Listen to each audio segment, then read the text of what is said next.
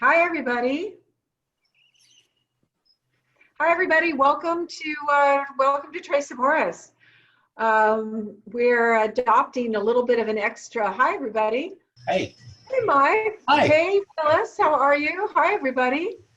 Hey there. We're admitting people slowly but surely. But I wanted to thank you for coming and joining us today. It's Nesting in Place. Maggie, what day is this? Oh my gosh. We're going to go Wednesday? Yeah, no, it's not, Mike. It's not, Mike. The Thursday? It's Tuesday. No. I think it's our day number 65 or something outrageous like that. All I know is that it's been 10 weeks and counting. And so I don't know about you guys, but I am getting very, very bored with this. And Ty, you made it on. Hi there. How are you? The crazy thing for us is that I am having troubles right now on, I've had so much time to focus and pull my thoughts together, and we've tried to be as creative as we possibly can, but I find myself sort of reverting and losing focus again, and having trouble sort of sticking to the point. And I realized that my kind of work-life balance is even more out of balance than it usually is. I feel like as a small business owner that I'm kind of on often all these years, these 40 years of being in the wine business, I've had to be really conscious of getting on that gerbil wheel and not getting off, not taking a pause. And, I think it's really important to be true to yourself and to be true to what you want to continue to do. And I think this whole 10-week period has taught me that I am really excited to go forward with some of these creative strategies. But I also know that I need to continue to spend time each day, literally, to plan and to strategize. And so I thought it would be really fun to have a good friend of mine, Naushad. Please introduce yourself. Hello, hello. And say a few things about work-life balance strategy. Naushad has a working homeschool program right in back of him, so as you can see. Anyway, I thought we would try to do a little something different this week, just because we've got some other fun things coming and we wanted to try something new, so planning. So the whole idea is that I met Naushad when he came up with this wonderful idea called I Like This Grape. And he's been a strategist, he's been an entrepreneur, he's been a visionary, he's been a creative thinker, he's been an influencer for many, many years now. But what I love about him is that he never, he follows through, but he's constantly turning the pages on ideas and exploring new things. And so I thought it would be really fun to hear from somebody who truly is a strategist and truly is a thinker and a projector as to what is going on. And he's got a lot of new projects we'll hear about, and I hope it will be entertaining for all of you. So Naushad, introduce yourself to us a little bit. My friend Naushad, I'll introduce you and say welcome. And you're drinking wine, right? What are you drinking today? I am drinking the Sauvignon Blanc. Oh, cool. Which is, if you haven't had it, you should definitely go and get it. And I affectionately call. Oh, let's see what's Ty has over there. Oh, we got some Tres Sabars bottles putting up. I love it. Cool. Oh, is that the Zin or is that the Cab, Michael? The Zin? That's a Zin. That's a Zin. Okay. Nice. Thank you. Love it. Love Well, it. a toast to you. I'm actually drinking our newest wine. We'll talk about it later. I'm drinking Headline Red. So toast. Cheers. Cheers, everyone. And I was going to say, my brother affectionately calls Sauvignon Blanc Savi Bees. And I think the world is ready for the Savi Bee to take over Rosé this summer, which I think is probably on its way to happening. I don't think it'll overtake it this year, but eventually it will. Yeah, thanks for the quick information about me. My background is actually not in wine. I am a strategist by trade. So my career has been working with brands like Kellogg's, T-Mobile, Google, Yamaha, et cetera, and helping them connect with consumers, thinking 3 to 5 years down the line So I am a brand and product strategist. I happen to be a super wine geek. Started a company 4 years ago when I started to look at the wine industry and take a look at consumers on this end who are evolving and changing, and then looking at the wine industry, which I felt was stagnant in the way that it communicates and uses technology in order to connect with modern consumers. And so I wanted to see if I can play in a sandbox and create new concepts and ideas to modernize various aspects of the wine world. Started off with doing a wine blog, which is on ilikethisgrape.com. And usually wine blogs are generally people who think their opinion is important enough for the whole world to know, or they have wine reviews. And I didn't want to do that. And so the perspective I took is looking at a lot of the newer winemakers, sommeliers, wine educators who were coming out into the world, into the industry, and wanted to give them a voice to share their educated opinions and their diversity of who they were and their thought process. So gave them a platform to really speak on. So ilikethisgrape.com is not Naushad's opinion about wine. It's actually information from a lot of really smart, passionate people in the wine industry. Then I wanted to experiment with live events, which we can get into, and I threw a very experiential, experimental event that was sponsored by BMW, the Orange County Register, and I won't tell you much more about it except that it was, the theme of the event was Kanye West's music interpreted through Spanish wine. Oh. And then I wanted to play around with wine books and created a pretty interesting wine book concept, which is called Drive Through. The first book was Drive Through Napa. It's not a guidebook. It's not a book that tells you where to go. All I wanted to do was, I think that in order for consumers to really appreciate a wine region and want to explore it, they have to feel confident about that region. So what the book does is empower consumers with enough information about the 16 AVAs of Napa so that you can go and explore Napa Valley yourself. Because as Julie's history and background would tell you, Napa is massive, right? There's no way that I or anyone else should or can tell you where you should go. I think it's beautiful enough for you to explore on your own and pick out what you think is best for you. So the book is called Drive Through Napa. It's on Amazon. You can check it out. It's done really, really well. And the next book is Drive Through Paso Robles that we're working on currently. And the bigger territory though, right? Much bigger territory. Yeah.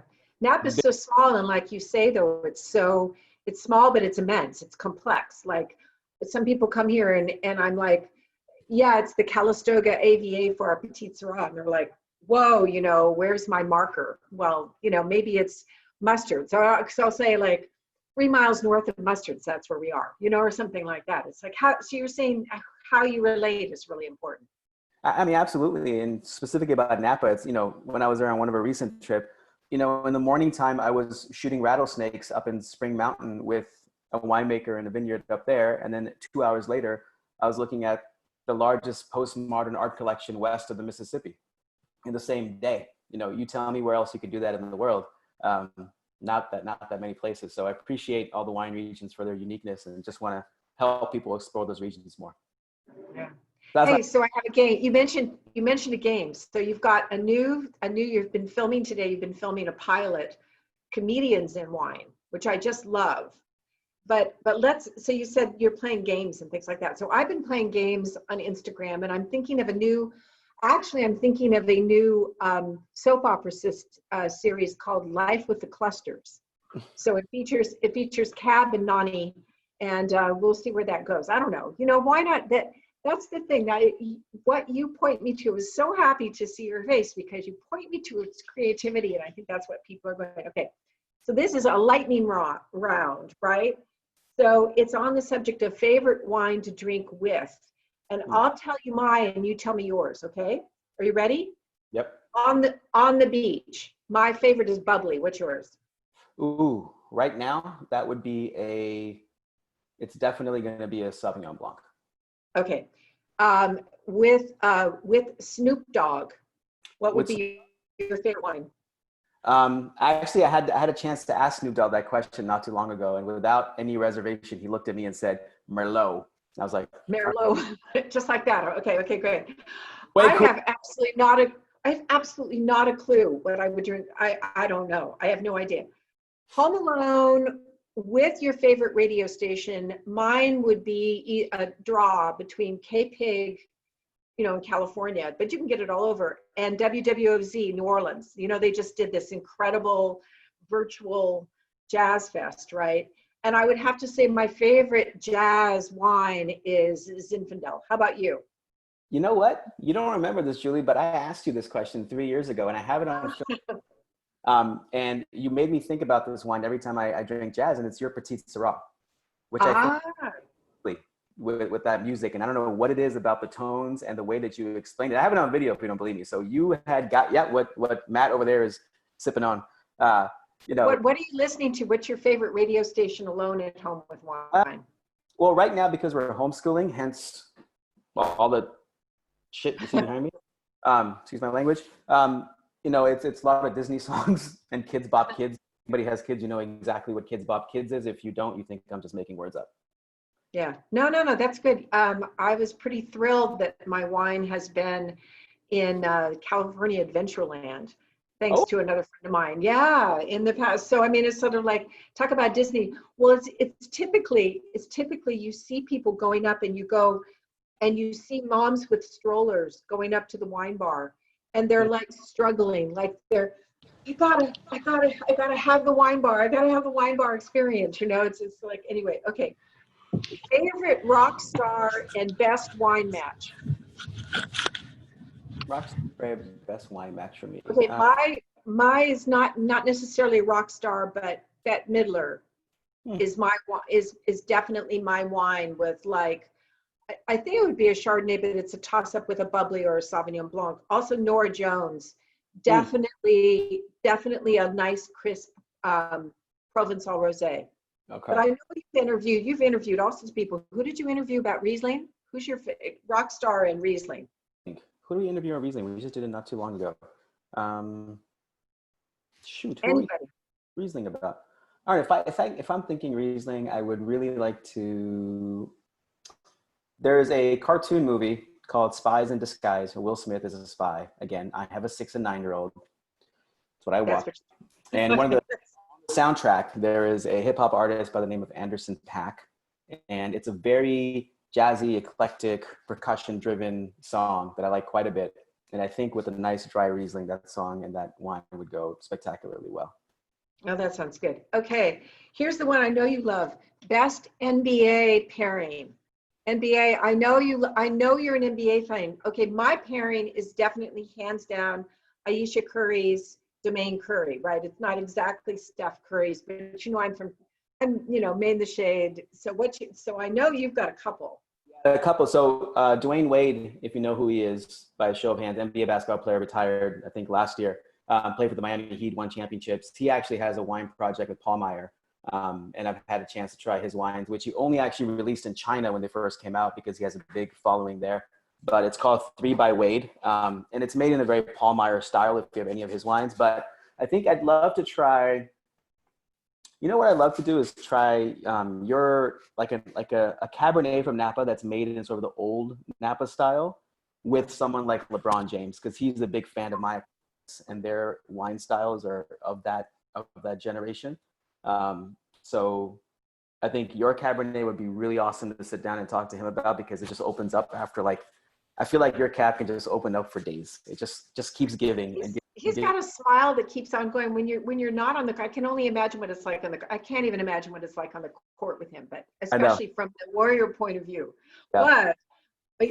But I like the idea that. Okay, last question. Favorite new varietal, and I'll tell you, another guy in sports, and I don't know if he actually started a winery himself, but you remember that he's an all-star Wimbledon giant, #1 in the world tennis star, Djokovic, and he's from Serbia. But I want to shift just because I think my friend Nancy Milby might be on, and she introduced me to Slovenian wines, and we have a really good friend in Kolio.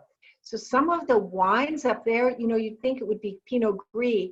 Yes, and we love Pinot Gris, but whoa, what they do with those wines, it just makes it seem like an entirely different varietal altogether. It's terroir, right? It's all about terroir. Yeah.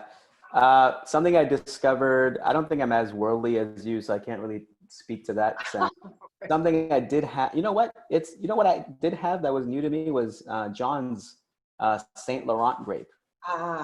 Right? John makes.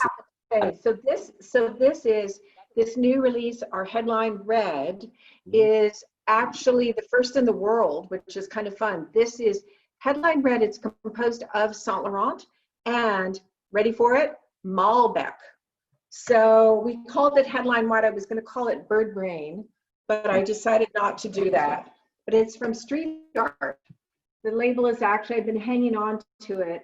So this is street art from Ecuador, and lots of fun. So I'll find the artist, or someday the artist will hopefully find me so I can pay more, I guess, for the art. But yeah, how about this? Somebody said to me the other day, how about these lower alcohol, lighter wines?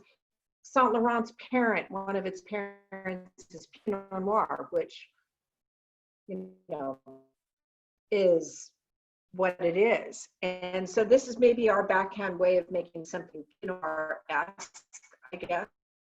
But I love it because it tastes balanced, and it tastes, cherries this time of the year are just incredible. But that leads me to a question for you. So where do you think all of this is going, and how are you getting through this? But what, you know, give us a few pearls on, now we know a little bit more about what you like in wine and what you're thinking, but what are some key trends to pay attention to going forward, and what would you like to watch? You know, as a consumer, what would you like?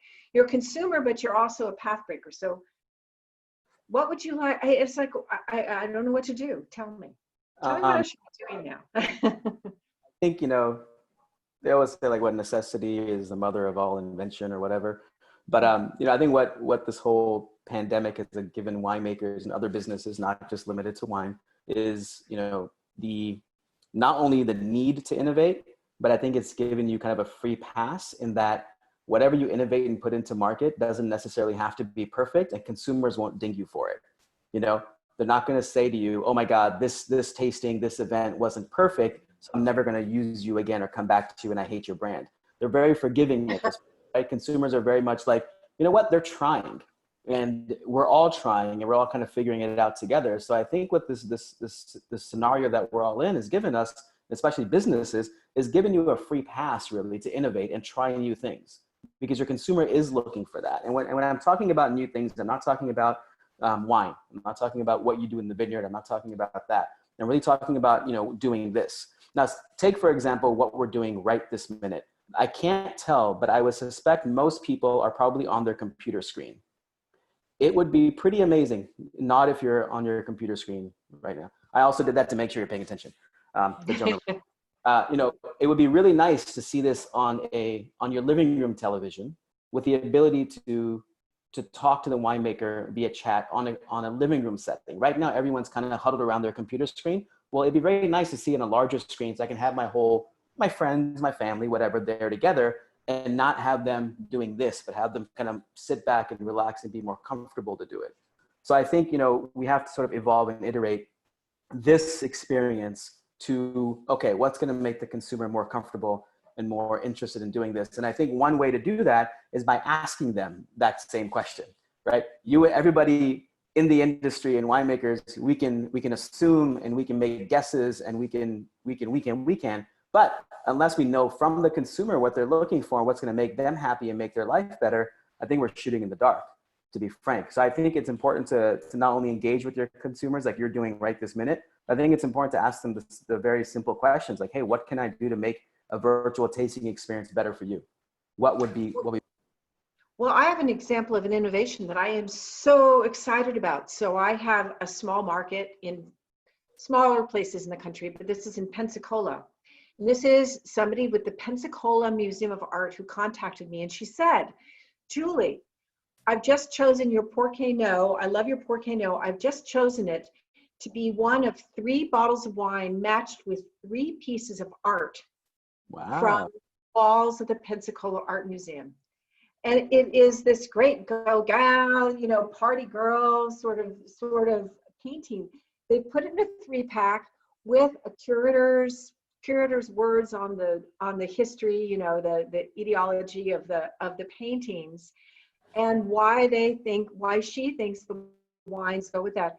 And coming up in a form like this, probably within the next 2 or 3 weeks, everybody stay tuned, because I think we're going to have a virtual tour of the Pensacola Art Museum with wine in hand. I That's mean, right. for me, I would always rather go to New York City and have a meeting with my salesperson or my best friend in an art museum. Phyllis, you know that. And I've always stretching the boundaries. I mean, it's no fun to go and just be looking at a sea of 40 people, and everybody drinking wine out of literally a Dixie cup and trying to do it. It's so much more experiential in relationship. I would love to be in every living room personally, and we've done this with our wine club members. That's a big benefit of membership, that we'll go to their homes and do a tasting. But for now, it's got to be virtual. I don't know that many people. We want people to come here, but we keep getting pushed up. But something like that is kind of fun, don't you think? I don't know. We're just trying different things. Yeah, I I'd think that. love to be in your living room, Cynthia, too. Thank you. But we're going to do some cooking classes, and I'm going to make chocolate chip cookies next week. And, I don't know. So what other kind of trends do you see happening there? You and I had a discussion the other day about that, which is kind of fun. Yeah, I think one is kind of, wineries rethinking about and reimagining certain things they do and think about doing it differently. So what I mean by that is, for example, take a look at events, right? And you and I have spoken about this before. Typically wine events, and nod if you agree, and you can shake your head if you disagree.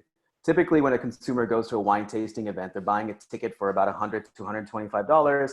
They go to a hotel, they get a glass, and they see a room full of like 20 or 30 wineries. And in the typical consumer's mind, it's, what is my return on investment on the $125 I just spent? How much wine can I drink to make up for that money I just spent? And, so there isn't much that they're absorbing beyond just the wine. And on the winery side, I feel bad for them too, because, you're there trying to get a lead, trying to have a relationship, have a conversation, really talk about the uniqueness of your brand. And it's hard to do that in a 30-second, pour me some more of your expensive Cabernet. So I think rethinking what a wine event should be like and modernizing that is one thing. Is one thing that I think wineries will have to start to to think about. And I experimented with this, as I alluded to a little bit earlier, with the event that we threw, 2 years ago now. It was a very experimental and experiential event. It was called SOMX, SOMMX. If you go to ilikethisgrape.com in the video section, you see a highlight of it. And the idea was, how can I create a wine event where there's no tables and chairs, the wineries aren't there, and I completely curate your experience, multi-sensory experience, from the time that you get there at 7:30 p.m. to the time that you leave at 10:30 p.m. So firstly, it was a theme. The theme, as I mentioned. That's a long time too. That's a real long time. It is, but it went by like this and people didn't want to leave. We had to have the security come and take people out. The theme of the event was Kanye West's music interpreted through Spanish wine. We worked with a local artist here in Laguna Beach, where I live, and she created 5 original oil paintings based on 5 of Kanye West's songs. When you came to the event, you did pay $140 or whatever it was. We sold out with a waiting list. Outside, it was sponsored by BMW and the Orange County Register. There's a red carpet. I told you what colors to wear of clothing, and you walked into this gallery space in Laguna Beach, which was concrete floors, 30-foot high white ceilings, no tables and chairs. You walked into a spoken word artist just kind of talking, and for every one of the 5 courses of food, which were cooked on site by a person from Top Chef, the show Top Chef, we hired a wine educator from the UK. Her name is Amelia Singer. If anybody watches a show on Hulu called The Wine Show, she's on there. And for every one of the 5 courses, she stood in the middle of the main room on a box, drew the crowd in together, and explained to you how that song you're listening to inspired that art you're looking at, that inspired that food that you're eating, that inspired that wine that you're drinking. And this went on for 5 courses. And the whole idea is that even though someone does not remember the difference between cava and champagne that Amelia explained to you in the first course, the next time you see that kind of art, or the next time you hear that song, or the next time you eat that kind of food, it should trigger the memory. That's how human beings work. And the whole thing was completely curated from beginning to end. And people always ask me, like, well, why don't you have tables and chairs for us to sit at? And my answer is, the truthful answer is, because consumers already have a mental barrier when they look at a wall of wine, when they go to a store. There's already that sort of that distraction, or that barrier between the two. If I put you in a table and chair at this event, I'm just reinforcing physically your psychological barrier that you already have.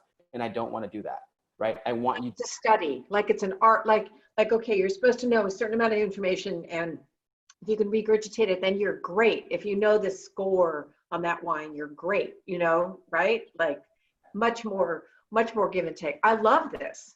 Yeah, so it's much more thoughtful in our approach. So, you know, even when I open up Instagram today and I see a plethora of live wine tastings, I think it's great that wineries are using that channel to connect with modern or younger consumers. But unless you change the format, unless you change the content, you're not really connecting, right? It's no different than when television first came out. You can't take a radio script and expect it to work on television. It's a completely different medium. It needs its own imagination.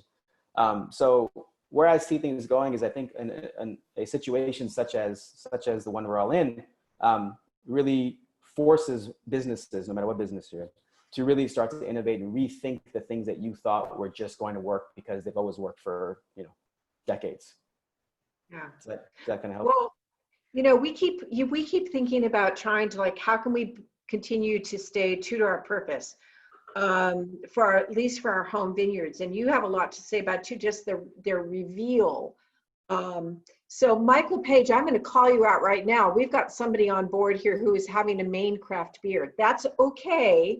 I told him as long as he has a lobster roll with it, and he said no Thai food. It's like, okay, just got to send us all lobsters.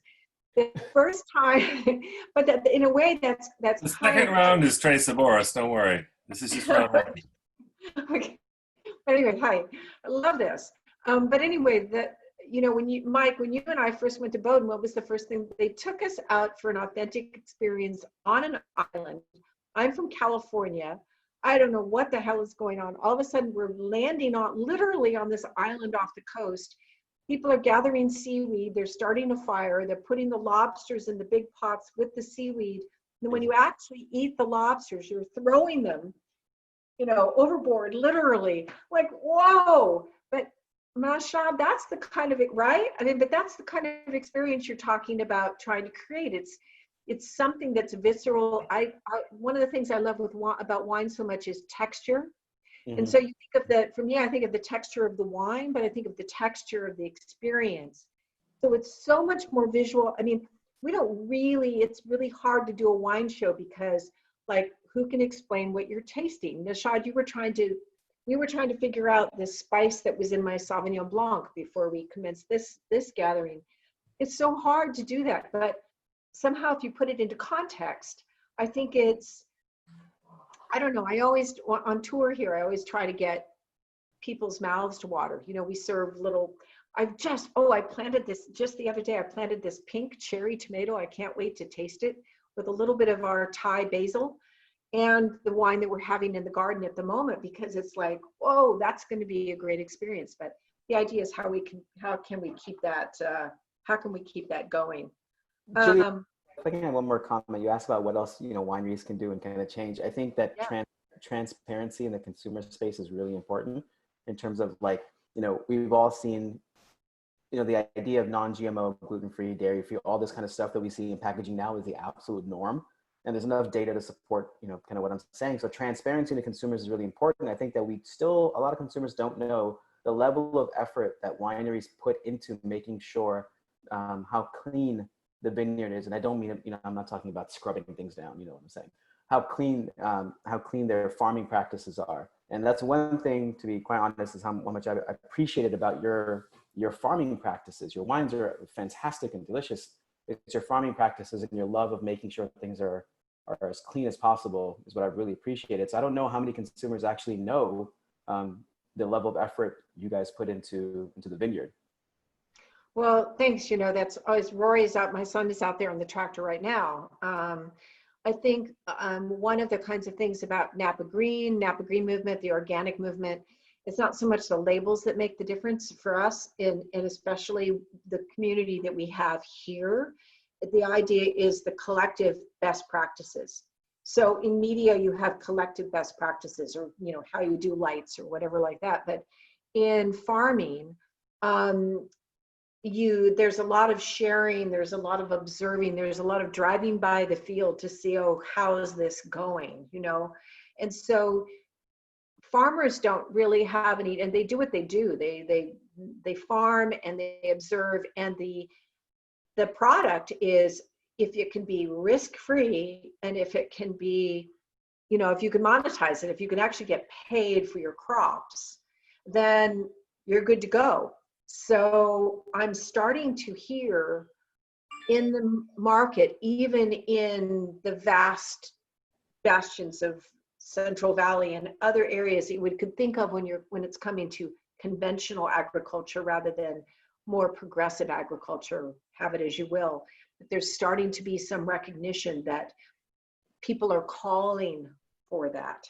And I find that spread of what I consider to be best practices very encouraging, and hopefully that will be more sustaining. I mean, it's all the sustainable sort of thing. Sustainable doesn't mean too much to me. It's the actual core practice and belief in the standard that you set out. And that's what I love about going outside and, you know, showing in the coming weeks, hopefully showing all the way through the season for you all with Rory. But no, I think we can all do it. I mean, I'm still, you know, my generation, I guess this is a question I have for you. Does it all have to be young?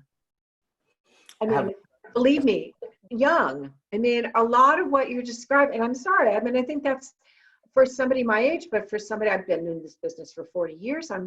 Part of it is keeping the energy and keeping it alive and keeping the passion. But I mean, right now I'm dealing with the big argument in town is, not the argument, but the observation is the difference between the millenniums and the millennials. You know, New York Times article that pointed out that there were a few of us here in the Napa Valley who don't quite understand that my kids grew up loving the Millennium Falcon, and they definitely know the difference, but they're also millennials, you know.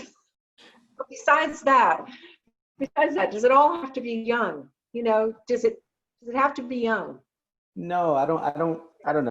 So this is, again, my opinion only, as most everything here I say is, but you know, millennials and these nomenclatures that we use. So millennials specifically, I think, speaks more to a mindset rather than an age, right? I'm 41 now. I'm not a millennial. I'm a millennial plus, I like to call myself. But I may not use TikTok, but I obviously know what it is. But there are things that we do in our everyday basis in terms of behaviors as consumers that would have been considered, millennial type of things, right? Like, how many of us are really comfortable using Amazon to get things delivered to your home? I imagine a majority. Well, being able to online shop, well, that's a very millennial thing to do, right? So it's not necessarily an age thing. It's paying attention to behaviors, especially the behaviors of your consumers today and who your consumers you think are moving on into the future. Now, so having said that, there's obviously certain things that attract a younger consumer. And I think one of those things doesn't necessarily, like, you don't have to be on TikTok, Julie, to be relevant, okay? I think because I'm definitely not, at least yet. Not that Maggie, you're working on it, right? You want to be, God bless you, you know what I mean? But the point is, like, you know, let's just go back to what I said a little bit ago, transparency. And I think someone mentioned to me on the chat here is if I'm talking about Tony Albright, you know, so he's talking about, in the shot, are you saying that it has to do with demonstrating authenticity? And I think that's hitting it right on the head, especially with a brand like yours, right? We know most people don't know your history, actually, I should say. But I think if they knew where you started, where you came from, and again, you know, why you use ladybugs in the off season to push away certain bacteria and all those wonderful things that you do, that is creating an authentic brand. And I think more and more so, consumers today are looking for that authenticity, whether I say it's transparency in the way that the product is described or how the brand is messaged about. So I think that if you continue to stay authentic and you continue to stay transparent to the consumers, I think you will create a wave on your own. Having said that, there are some things that are absolutely, in my opinion, you have to have in terms of a digital presence, right? Your website has to be up to par in terms of the user experience. And I'm not speaking to you. I'm just saying, if I was creating a brand tomorrow that made pencils, I would be giving the same advice to myself. The website has to be very user experience, like what we call user friendly, right? It's a very common term to use. User friendly. The experience on the website has to be clean. It has to be very simple to navigate. It has to be all those kind of modern best practices, right? Those are all best practices. It's not necessarily design has to be so incredible, because design is subjective, but the experience of going to the website must be simplified. It must be modern and using best practices. So there's enough documentation out there to sort that out. So I don't think it has to be young. I think that each brand has to have its own authentic voice. And you luckily, what other brands don't, especially younger wine brands, is you have that history. You have that authenticity. You have that energy, and you practice what you preach out in the vineyard. So you can tell people what's going on from the dirt, literally from the dirt into your caves where you're bottling, you know. And Well, I think, don't you think that part of it is people going to vineyards and stores and asking people to give them that information too? And, for a sommelier that's serving only erudite French, not picking on the French, but only erudite French wine in a local vor farm to table restaurant, don't you think that sommelier needs to be challenged to say, hey, there are a couple of really great wineries down the block. What are you doing? Yeah, I think so. But what if the wineries down the block sucked? Yeah, I mean, in most areas of the world, quite frankly, and I mean, pick one: Arizona, Texas. Texas is always like bemoaning, we're just not there yet. And it was like, forget that. Oh my God, I had a rock pile Tempranillo from a rock pile terroir in Texas a couple of months ago. That was fabulous, and yet would you get that wine on a wine list in Texas? Or think about New York and upstate Riesling and things. So anyway, that's just selfish. I just want to drink. You have a whole section. I want to point everybody back to things that you're doing. You have a whole section from a guest sommelier on how not to drink the house wine. Yeah. I think that's really fabulous to help people navigate, good word, what seems insurmountable, like what is best. And we have such fortuitous circumstances in Napa, because so many somms are looking for different things, local different things, and a lot of pressure. As we journey now with our pick pool program into the Sierra Nevada, it's really exciting to be exploring new things. So I guess I agree with you. I need to agree with you that new doesn't necessarily mean young. So so do people have been commenting. I appreciate all of this. We try to keep it about 30 minutes, but we have a little segment we call Simple Joys. I wanted to share with you that I talked to you about the hawk the other day that is a resident red-tailed hawk, but the simple joy was that Miguel was out with the weed eater, and the hawk was literally on a post right behind him, like totally trolling him, because he was scattering all the field mice and things, which is why we weed eat. But it's such a simple joy to then see that hawk just take off and do that. The aloft sort of thing. So what's your simple joy for the week to share with people? Mine? Mm-hmm. Oh gosh, simple. I've